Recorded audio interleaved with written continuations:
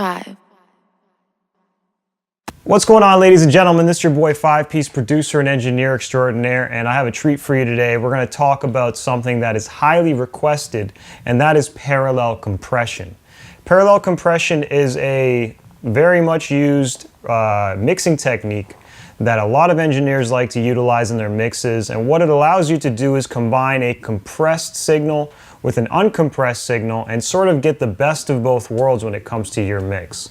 Let's jump into Pro Tools and I'll walk you through the nuts and bolts of this idea. So I got a song here. It's called Tunnel Vision. It's by LEFTFIELD, KEELE. This is a song that I've produced, recorded, mixed, and mastered and all that good stuff. And I'll include a link in the description for it as well if you like it and want to add it to your Spotify or Apple Music, etc.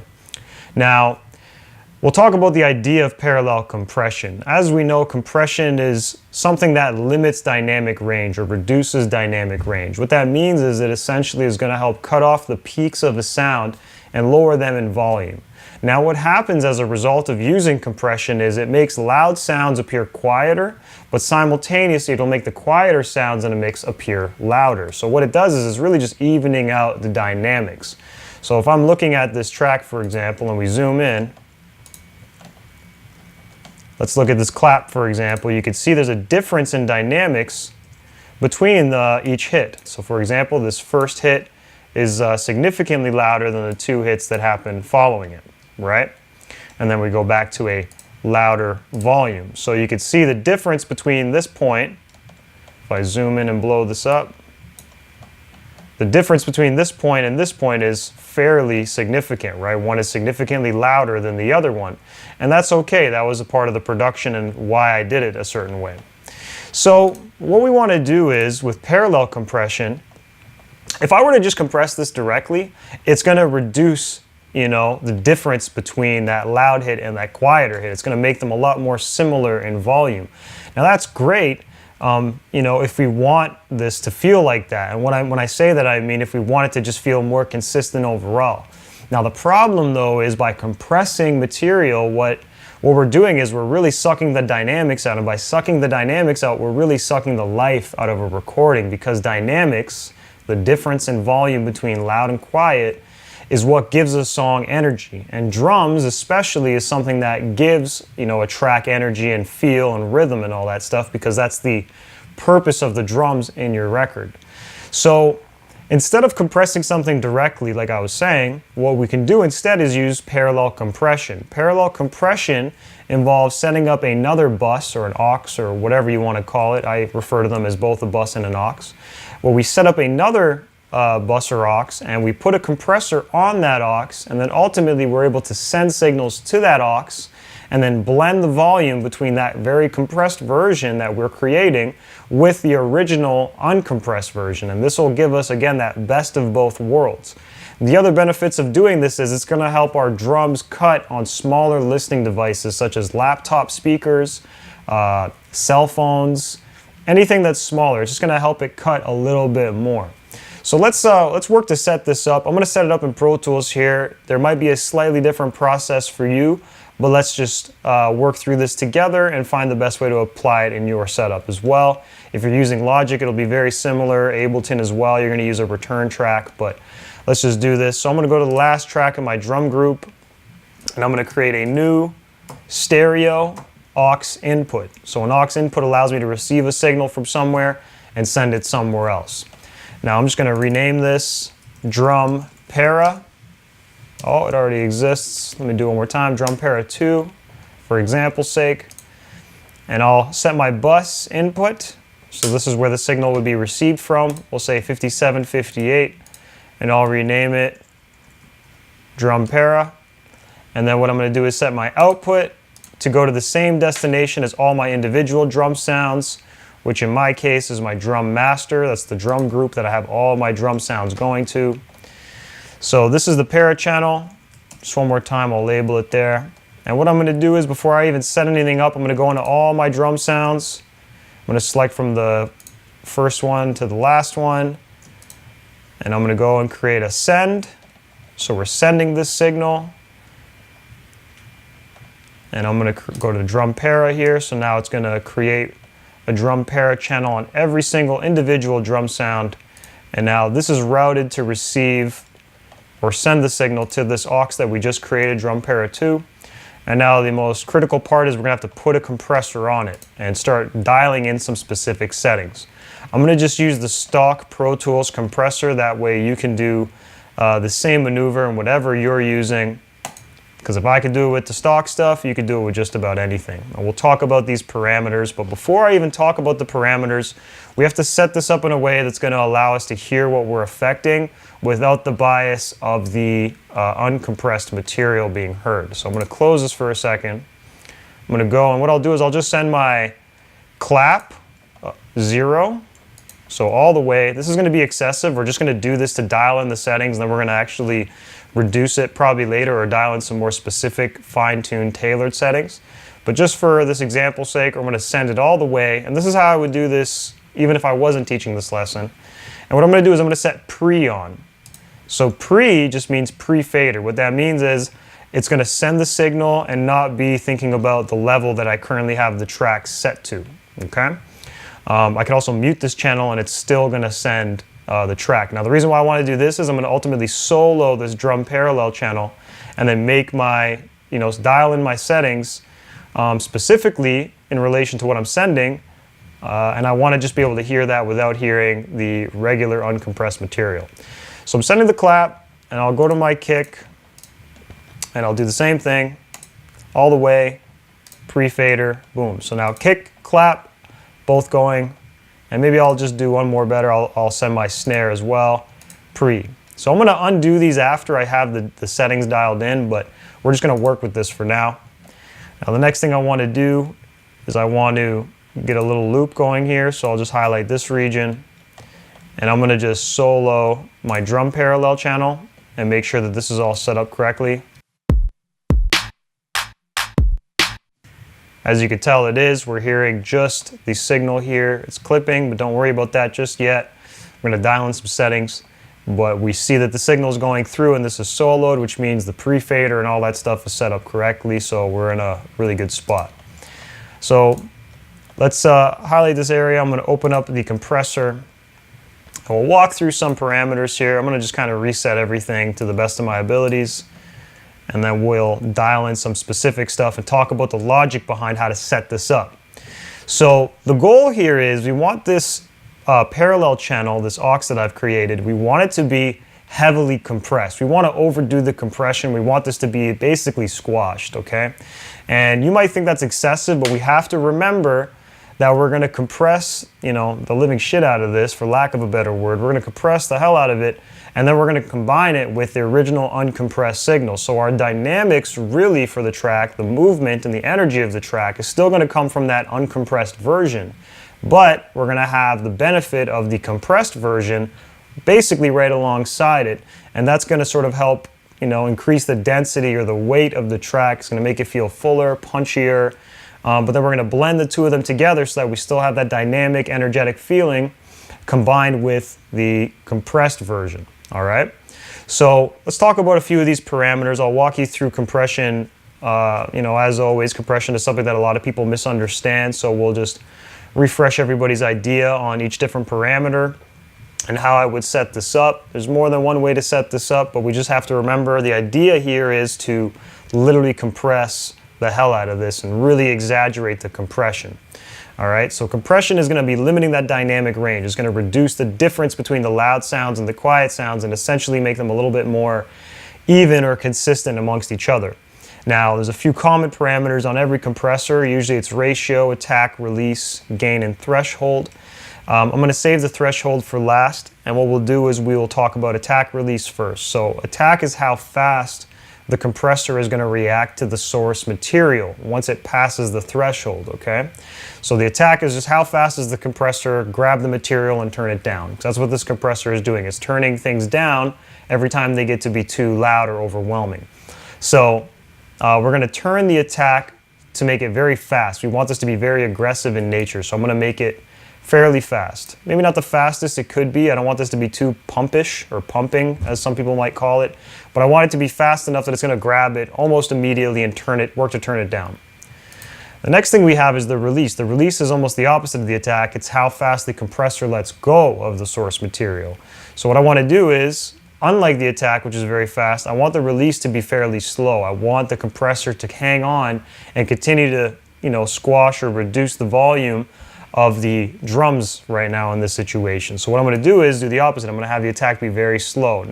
I'm not going all the way to the right, so not the slowest it could be, just like the attack. I'm not going all the way to the left, which is the fastest it could be. I'm setting it in a place where it's just a little slower than fast and just, a little faster than slow, for lack of a better word. So we've done that. We've got our attack and release dialed in.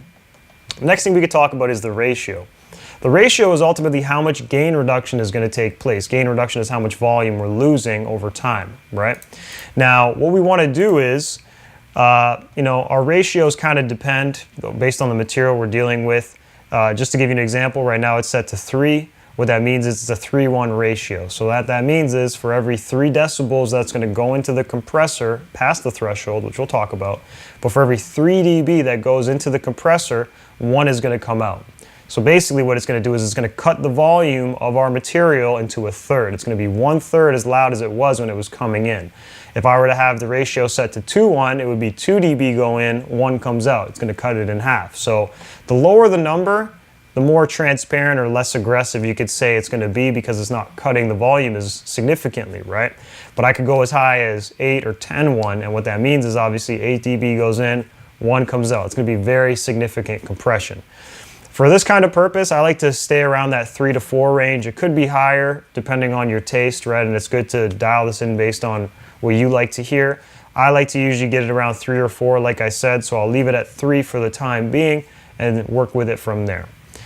Now, the last setting, which I haven't really fully talked about, but we're going to talk about now, is the threshold. The threshold is basically the trigger point at which the compressor is going to begin to work. Think of it like a little, ceiling, and once the volume passes that ceiling, it's going to work to turn it down. So only when the threshold is breached or passed, when the volume is past that threshold, based on how we set it, the compressor is going to begin to work, and that's where the attack, the release, and ratio, and everything comes into play full circle. So threshold I always set last because it's going to very much depend on the source material. And not only that, I like to set my threshold based on the gain reduction meter. You see here, this says GR. That's going to show me the amount of volume I'm losing on average, right? And as I could tell, or as you could tell here, when I bring this down, you see this arrow on the left side here, it starts to move. So obviously the threshold is connected to this as well. You see it moving at the same time. So what we're going to do is, I've already dialed in my attack and release without actually hearing the material. I've just sort of dialed it in based on my logic. I've left my ratio on 3 to 1. We're going to ignore knee. Knee is just, how smooth the compression really sounds. We could play with that, but it's a little less important in this situation. But we have everything else set up, attack, release, and ratio set up. And what I'm going to do is dial in my threshold and look for a certain amount of gain reduction. In this case, I want a significant amount of gain reduction, upwards of 4 to 6. I could even go higher than that, but I'm looking personally for a 4 to 6 range. The reason why it's 4 to 6 is that's a bit, significant. It's not as significant as it could be, like it's less significant than 10 dB of gain reduction. However, in order to get transparent compression, as some people might call it, you'd be looking for a 1 to 2 dB gain reduction or volume loss. So 4 is fairly significant. It's almost noticeable, right? That's what we want. We want this to be noticeable.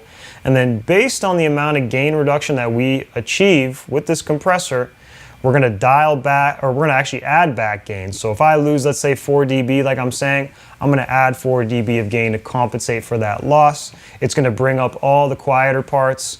It's also going to, compensate for the loss on those louder parts that are being compressed. So now that I've explained all that, I'm going to play this. This is just solo, and we're using this just to dial in the parameters, and then we're going to balance everything. But I'm going to just bring down my threshold and watch my GR meter, my gain reduction meter, and look for somewhere between this 3 to 6 range. Again, looking for about 4 dB, and I'm just choosing that at my own leisure. So here we go.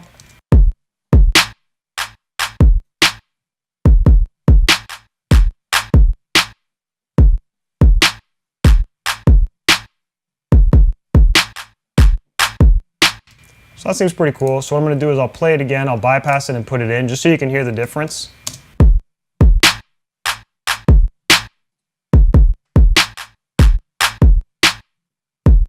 So you can hear when I put it on, significantly, significantly less volume. It doesn't hit as hard. Not a huge difference, but enough to know that we're losing volume over time, right? You may have also noticed we're clipping. I'd usually be concerned about that, but we have to remember these settings that we've dialed in, we're not going to keep them like that. I'm ultimately going to reduce the amount of signals that I'm sending to this compressor, so I'm not too concerned about that just yet. Next thing I'm going to do is I'm obviously losing between 3 to 6 dB of gain, so I'm just going to add my 4 dB. Let's say that's the amount that I want to add back. And I think that'll be cool, so I'll play it one more time, I'm going to bypass it. Very likely we're going to be clipping here, but once again I'm going to send a more specific amount of gain reduction into this compressor, and we'll suss it out a little bit further. So this is without it. I'll put it in after a couple of lines.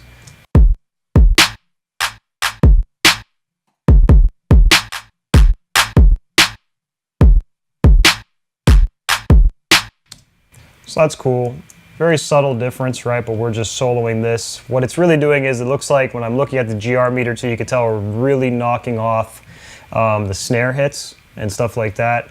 Those snares, on the 2 and the 4 beat, they're what's really losing volume. We're losing some volume on the kick as well, but so far everything is on track. So I've got this set up, and what I also like to do with this parallel stuff, which I'm not the only person to do this, is you can take an EQ, so I'll just use the stock EQ. I love using the stock stuff for these lessons just to show you that I can do it with the stock plugin. You can do it with just about anything. So what I like to do is I like to take the top end and the low end and just basically boost a little bit, right? So let's boost, above 10K, so we're getting a little bit of air. And then let's do the exact same thing with the low end.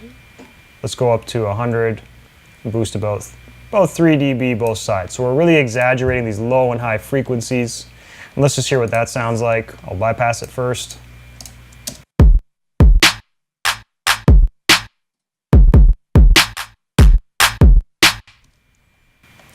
Pretty simple, nothing too crazy, just adding a little bit more emphasis, right? So now that we got that dialed in, I'm going to unsolo my drum parallel bus, and I'm going to go into all these sounds. Snare first, I'm going to get rid of the pre, and I'm going to reduce to nothing, infinite. Same thing with the clap. I'm just going to basically get rid of everything that we've done.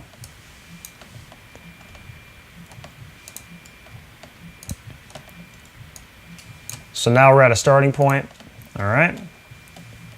And just for context sake, I'll play the record so you can just hear it.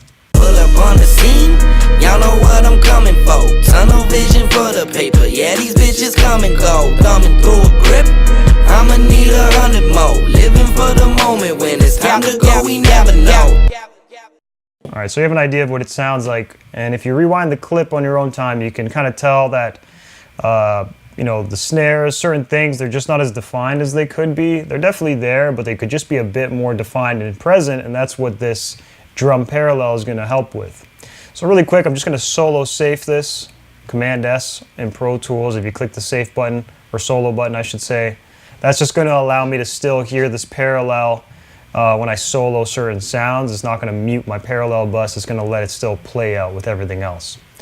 So the way I would start this is I would highlight a group, and I would probably start with exactly what we were feeding the compressor from the beginning, which is the kicks, the claps, the snares. Especially feeling those claps and those snares. I'm especially feeling like those could be a bit more defined over the kick. The kick is fairly clear, but I'm going to start with the kick nonetheless, just to beef it up.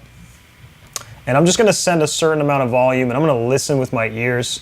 I might even actually bring this parallel group up to a place where I can really see it, just to make sure it's not clipping as I'm sending volume to it. So let's do this together, and let's listen at the same time and see what it sounds like.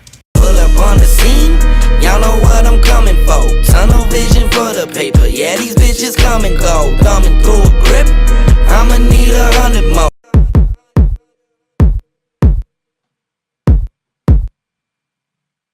So you can hear I soloed it for a second, and it's just punching a little bit more, right? Adding a little bit more volume, obviously, which is fine. I'm watching the level, we're not clipping. Everything is good so far. Next thing I'm going to do is go into the snare, same exact premise. Pull up on the scene, Y'all know what I'm coming for. Tunnel vision for the paper. Yeah, these bitches coming cold. Coming through a grip. I'ma need 100 more. Living for the moment when it's time to go. We never know. Money, money on my mind. I'm gonna play it one more time. I'm gonna mute what I'm sending so then you can hear the difference when I put it in. So this is without the snare, and I'll play maybe 2 hits and put it in.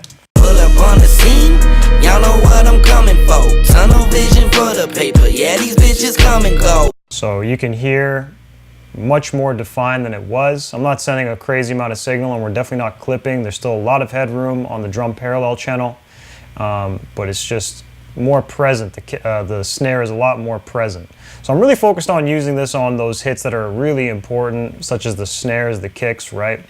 Let's try the clap next, see what happens. Pull up on the scene, y'all know what I'm coming for. Tunnel vision for the paper, yeah, these bitches coming cold. Coming through a grip, I'ma need 100 more. Living for the moment when it's time to go, we never know. So just helping get the clap a bit more pronounced, right? Emphasizing that hit, sending it to the compressor and the EQ that's ultimately accentuating it a little bit more. So real quick, just with those 3 sounds alone, let's mute the drum parallel channel and then play it and hear what it sounds like. So I'll take it out and I'll put it in, and then once I have it in, you should notice that the hits are just a lot more emphasized. Pull up on the scene, y'all know what I'm coming for. Tunnel vision for the paper, yeah, these bitches coming cold. Coming through a grip, I'ma need 100 more. Living for the moment when it's time to go, we never know. So you can hear that it's just hitting a lot harder, a lot fuller. I mean, it's not really a huge difference, to be fair, but it's just enough that it's helping accentuate those hits and the kick, the snare, and the clap. And I could go through every single track in this song and ultimately replicate what I'm doing. I love to do this on hi-hats, for example. Find it really helps hi-hats cut in a mix. But I definitely encourage you to try this in your tracks. It'll really help you, you know, just get that blend between that compressed dynamic signal, like I'm saying, but then adding a little bit more volume and weight by compressing it and ultimately blending that alongside it, right? If you wanted to take this up a notch, what you can do is after sending everything to this drum parallel channel, you can go in and rebalance the volume, and you definitely want to rebalance your volumes and just make sure that you're not clipping in the end. But this little trick should help give you a little bit more weight, a little bit more density and impact in your drum sounds, and ultimately allow you to achieve a better mix, one that's a lot more impactful and just cuts on small speakers and listening devices such as phones, cell phones, etc. All right, so I hope you guys got some value out of this lesson. If you did, love for you to like, subscribe, and share. Definitely share it with your friends, your artist friends, producer friends, anybody you know that's mixing and could use that little extra push or extra trick that's going to help them sound better than they currently do. So this is your boy 5 Piece signing off. Looking forward to next time. See you guys. 5.